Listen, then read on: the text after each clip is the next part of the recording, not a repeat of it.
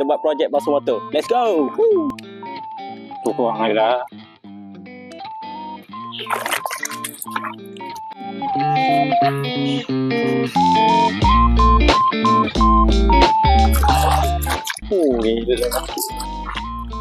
Ui.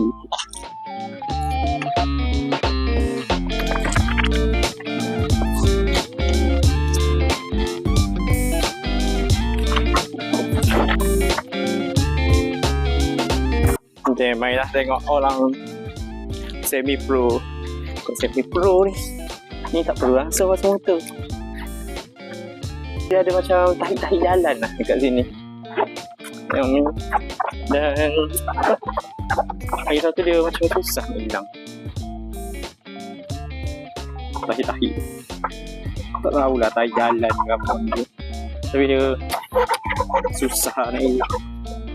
Lihat sana. Wah, orang buat hilang tahi jalan tu macam mana? Tak hilang lah.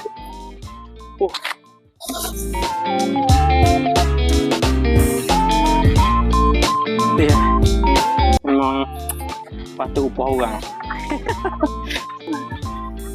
Dia geram lah.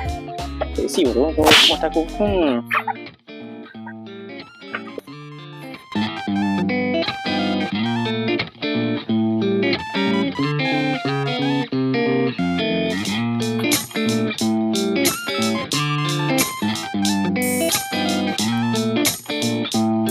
Okey, kita sudah sampai ke penghujungnya. Okay.